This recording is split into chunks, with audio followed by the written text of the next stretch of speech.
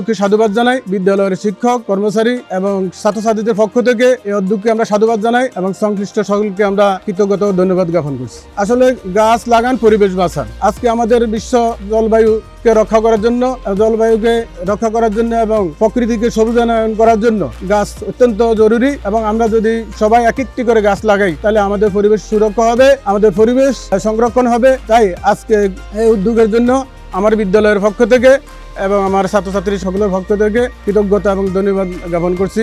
ধন্যবাদ সকলকে।